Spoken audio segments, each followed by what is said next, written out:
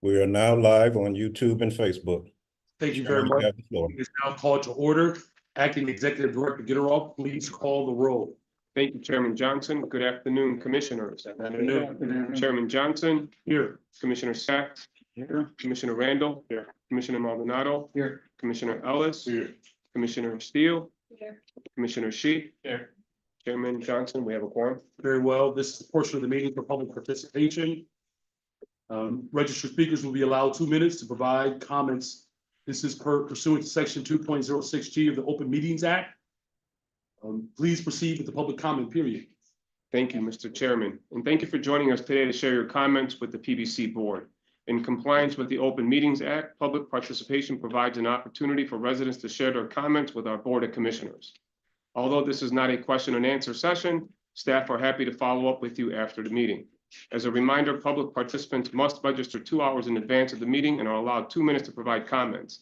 As stated in the PBC's resolution adopted by the board, all public comments must be limited to issues of concern before the board's committees.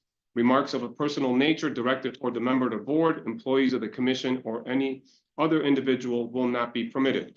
Although we welcome public participation and public comment at our meetings, conduct or behavior that is not respectful or in violation of our anti-harassment policy will not be tolerated. Thank you again for joining us today. Mary Pat, if you can call up the first speaker, please. Thank you, Ray. Our first speaker is Mr. Mark Heller.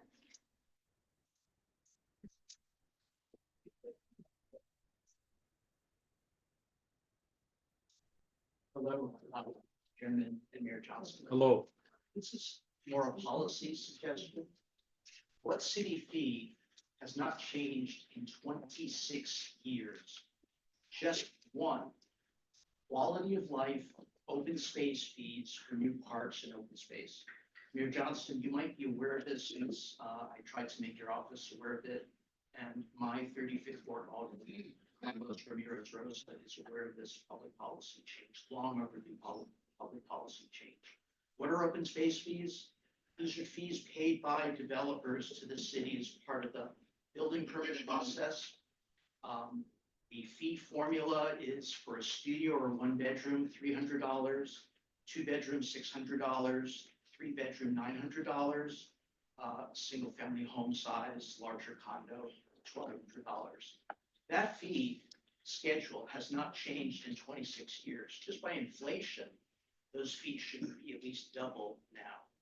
The flaw of this policy, and it's a city ordinance, is that it's a citywide flat fee, which ignores the tremendous differences in valuation and land costs between developer active and very expensive areas of the city where most new development occurs, and the city's more affordable, less development neighborhoods. So in 2 minutes, I can't go into all the details, but basically it's common sense, reboot this 26-year-old 1998 ordinance to index the fee to the relative property valuation in each of the city's 77 official neighborhoods. In Streeterville, Lincoln Park, Logan Square, I live in Logan Square, the relative valuation compared to the city's least expensive, more affordable, least for-profit development neighborhoods is several fold. Like our property taxes determined by the Cook County assessor, which basically determines. So this is waiting for a mayoral introduced ordinance. That is a no-brainer. Thank you. Our next speaker is Mr. George Blakemore.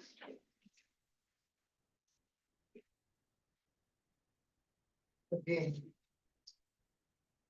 our face was free, black faces in hot places. Social engineering. It's something inherently wrong with this bad.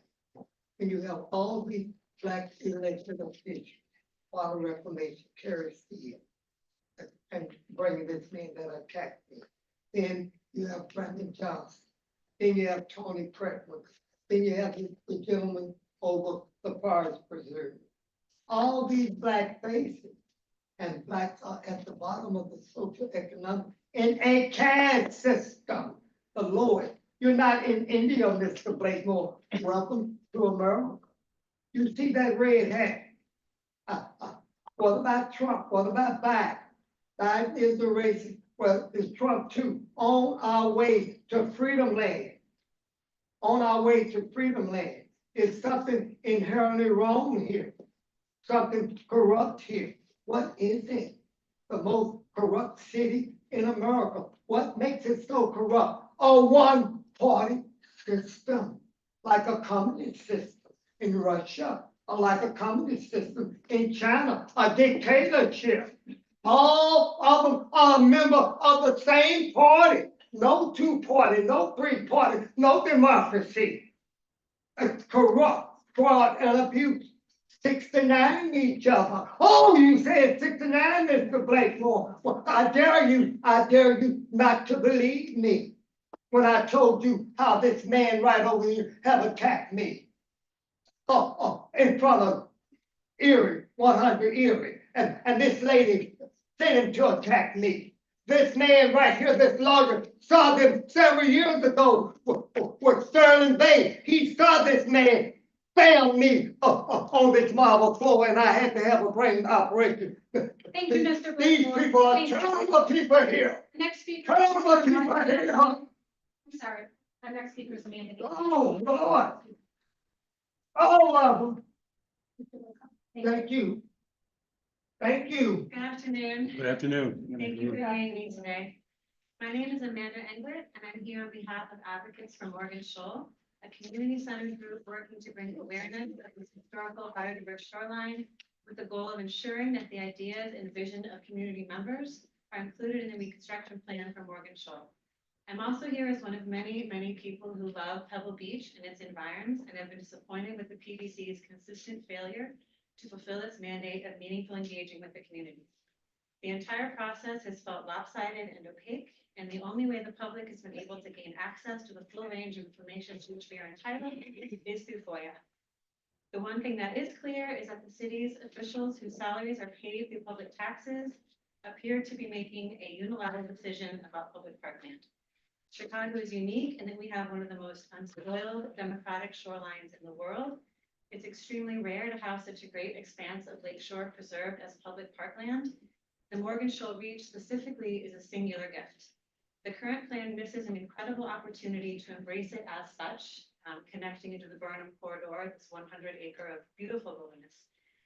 There are precious few places in urban areas for unstructured play. Generations of people have been playing among, building with, treasure hunting, sunbathing, dreaming, and swimming among these gorgeous ancient rocks. The advocates for Morgan Shoal have been systematically asking people who use and love the area what they would like to see. And to date, over 175 people have filled out our survey, which I believe you have, and clear trends emerge. People overwhelmingly love the natural, unstructured spirit of the place and would like that to carry forth in the new design. On June 5th, the AMS walked the reach with the PBC and related entities. And on June 11th, we sent a memorandum thanking people for joining us, encapsulating that conversation and laying out the questions they promised would be answered. We await that response and those answers. We respectfully request the engagement to which we are entitled. Thank you. Thank you very much. Our next speaker is Mr. Michael Young-Day. Again, talking to you, Mary John. I came down here, it was almost been a year. And I gave you a hard drive with every piece of evidence on how the Salvation Army discriminated against my child because he had epileptic seizures. And how we was retaliated against. We were showing housing with blood in the tub. Burn stuff all in the stove, wreck holes in the apartment, etc. I gave you all that information on the hard drive right here. I'm gonna put the video up because my camera was recording when I did that. You know, you say you wanna help curb the violence here in Chicago. It's everybody say it starts at home, yeah, but you gotta be in a clean environment for that. These shelters that people are in are nasty, but yet you put the migrants in nice luxury hotels, etc. My family should not be going through what we're going through. And I have yet to result in anything negative. I've been coming down to City Hall You also talked out the side of your neck when you spoke upon me, when Greg Mitchell attacked me because I was filming him. And everybody think that I have the right to protect my person and my property. Soon as he took that phone, snatched that phone out of my hand, that's an assault. Also, strong arm robbery,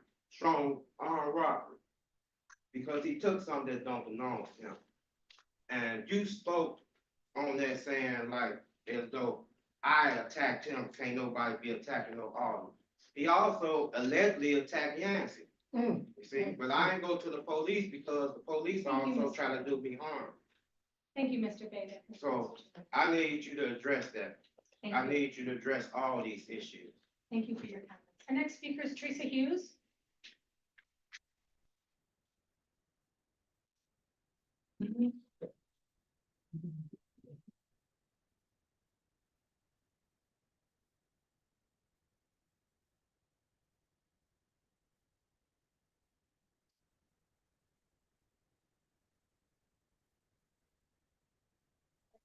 Mayor. Good afternoon. Teresa T.J. Hughes, and I'm here representing the MWBE's contractors that deal with the city of Chicago, Cook County, and state of Illinois. My question to Mr. Mayor, if I may, is Eileen Velasquez. She was supposedly gone, but it has come to my attention that she is still getting paid on administrative leave. And I want to know if it's really gonna ever happen, that she's gonna be gone, because I know she's on your side, because she's putting out too much negative things. And I really want to believe in you and trust in you that you want to do the right thing as a mayor in the city. So I know you're young, and I know that you have things that you still need to learn. And we have people that really want to support you. Feel that you have people in your camp that are supposed to be close to you, not talking about you, Maurice, that really are not on your side. And I just want you to be aware of it, Mr. Mayor. And I would like for you to have the IG check into the people in your staff, like Mr. Robeson and your girl over there, Miss Lori Lipso, son, I don't remember his name is. But I just want you to be, I want you to be okay. So I really hope you understand that I want you to be okay. And you can't be okay when you have stakes in your so that's it. Thank you, Ms. Hughes. Our next speaker is Ms. Jessica Jackson.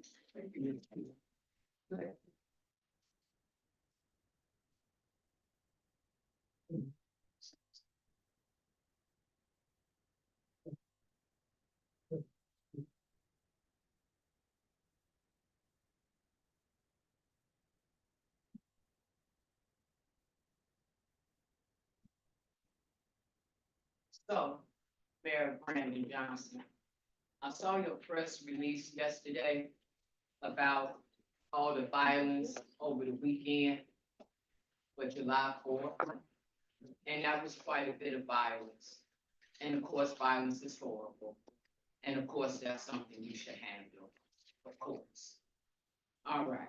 Now, the thing that stuck out most to me about your press conference is when you said, you and Superintendent Snelling said that one thing that would help crime and help decrease crime is if people told, if people gave leads and told people where these crimes took place, who did it, and that would help crime, which I agree with.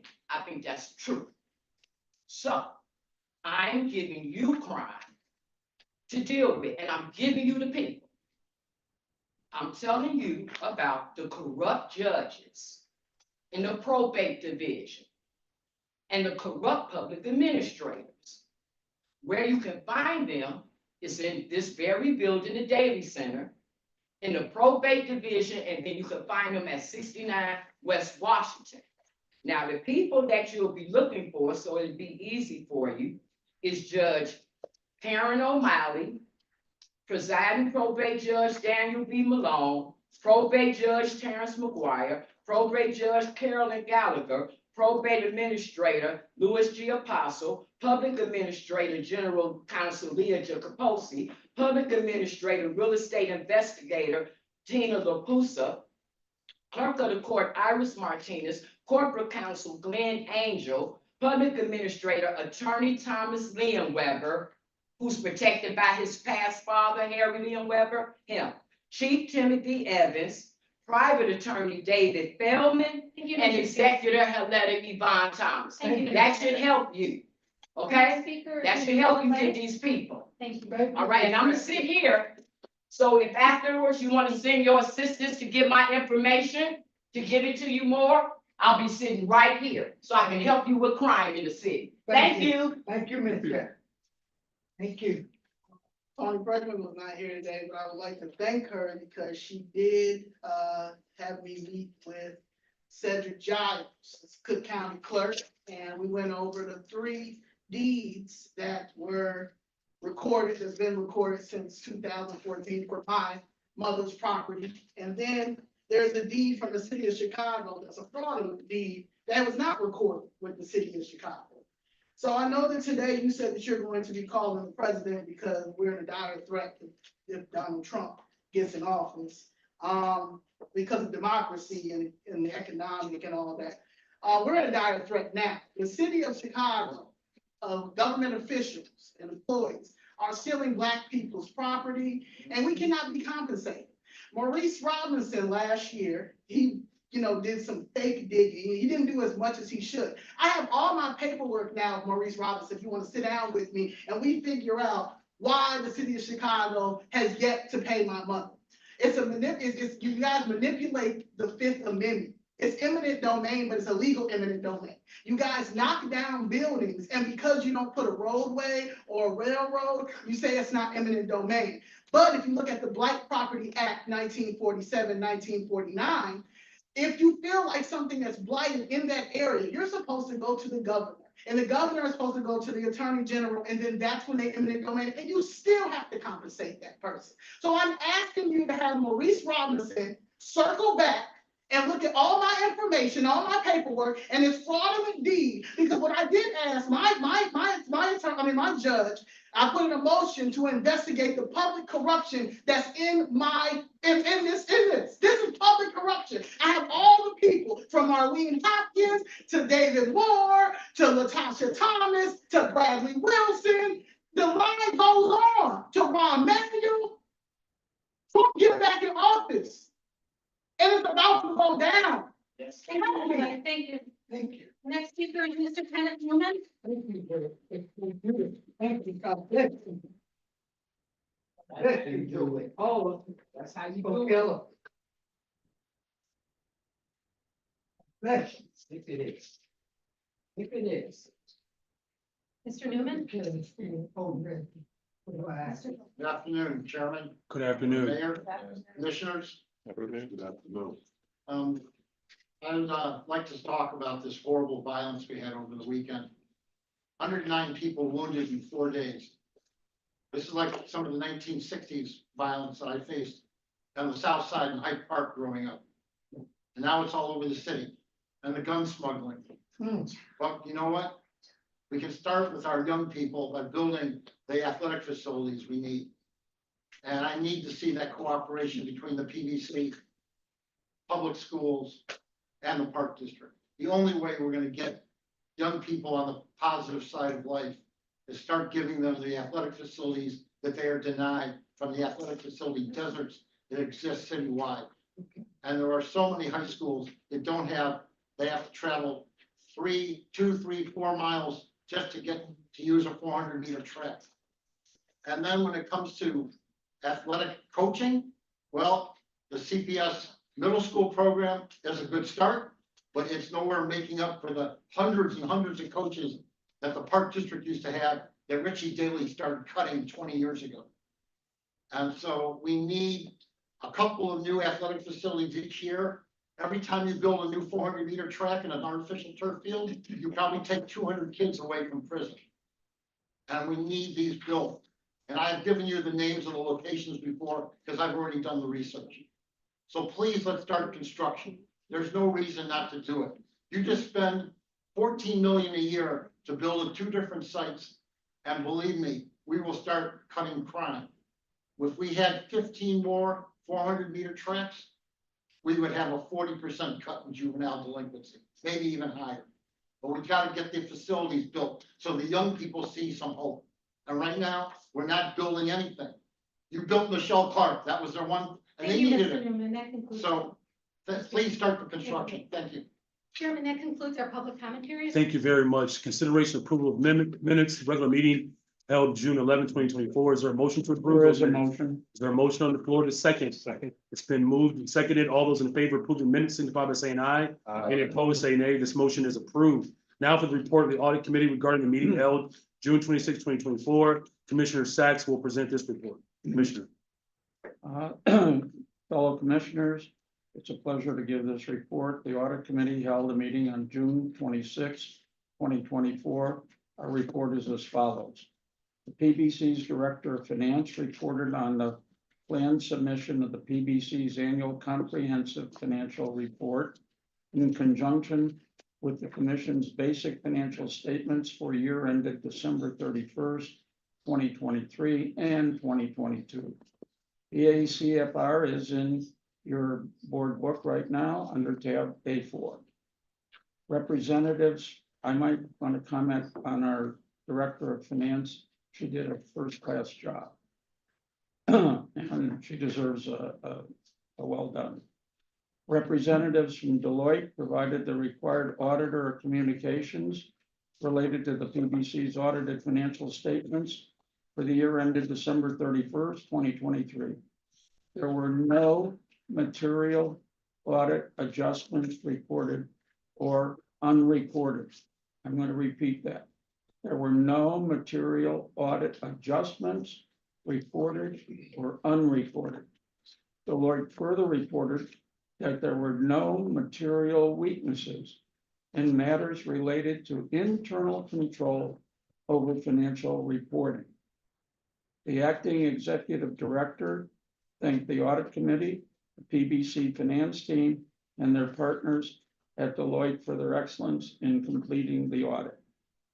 He also acknowledged the collective positive impact made in the communities where the PBC works and assured the committee that the team remains focused on diversity of work underway, which we have for the majority of the time that I've been here. The audit committee accepted the reports, and if you have any questions, I'm willing to take the questions. Well, thank you, Commissioner Sacks, for the report. Is there a motion to accept the report? So moved. It's been moved by Commissioner Rando. Is there a second? Thank you, Commissioner Shi. Any questions or comments? All right. Seeing no hands. All those in favor of accepting this report signify by saying aye. Any opposed, say nay. This report is accepted. Now for the report of the Administrative Operations Committee regarding the meeting held July 8, 2024. Committee Chairman Maldonado will present this report. Thank you, Mr. Chairman.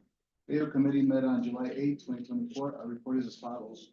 The Director of Procurement reported on a task order award for specialty consultant material testing services to a previously appointed firm. The report is under tab A58. The Director of Procurement reported on a bid opening for contract C-1609 for the WPA Street reconstruction project at various locations. The acting executive director will provide additional details. The acting executive director reported that there were no field orders above the reporting threshold. He also reported on a lease for retail space in the concourse level of the Richard J. Daley Center and various outreach opportunities. The AO committee accepted the recommendations and reports from the PBC representatives, and that concludes my report. Thank you very much, Commissioner Maldonado. Committee, We accept them. it's been moved. Is there a second? Second. It's been moved and seconded. Any questions, comments? Seeing no hands, hearing no comments. All those in favor of approving this report signify by saying aye. Any opposed, say nay. This report has been accepted. Now for the report by the acting executive director regarding regular reports, development status, and other matters. Chair recognizes acting executive director Ray Guerrero. Good afternoon, Mr. Good Chairman and afternoon. Commissioners. As reported by the Audit Committee, we are pleased to report that PBC's annual comprehensive financial report was submitted on time to the Government Finance Officers Association and is being considered for the Certificate of Achievement for Excellence in Financial Reporting. To echo what Commissioner Sacks just said, I wanted to personally commend the entire finance team led by our Director of Finance, Tanya Couchet Weekly, our partners at Deloitte, and our Audit Committee for their work. Since our last board meeting, we have participated in and hosted several community outreach engagements and are planning additional events in the near future.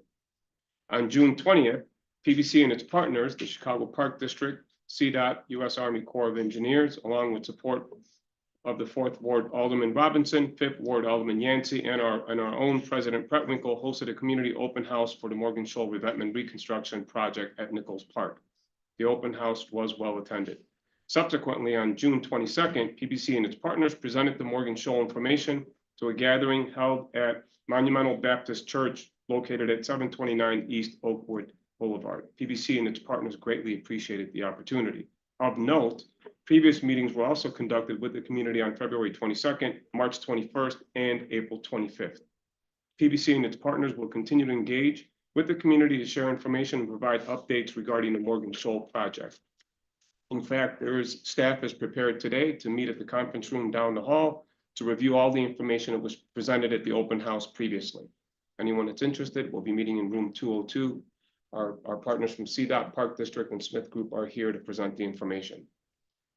Further, on June 27th, PBC hosted our 3rd Assist Agency Conference as part of its commitment to continue to strengthen partnerships with our assist agencies and proactively work on strategies to better assist small, minority, and women-owned businesses. Through this session, PBC answered questions regarding upcoming opportunities and shared ideas on ways that increase outreach efforts. Our next conference is scheduled on September 26th of this year. On July 15th and 16th, PBC scheduled virtual community hiring events related to our CDOT Alley Project Package 1. These virtual events provide a unique platform for job seekers to explore opportunities to work on upcoming PBC projects, connect with hiring managers, and learn about the diverse range of career paths available in the construction industry. Job seekers can engage in real-time conversations with hiring managers, adding convenience to the application process.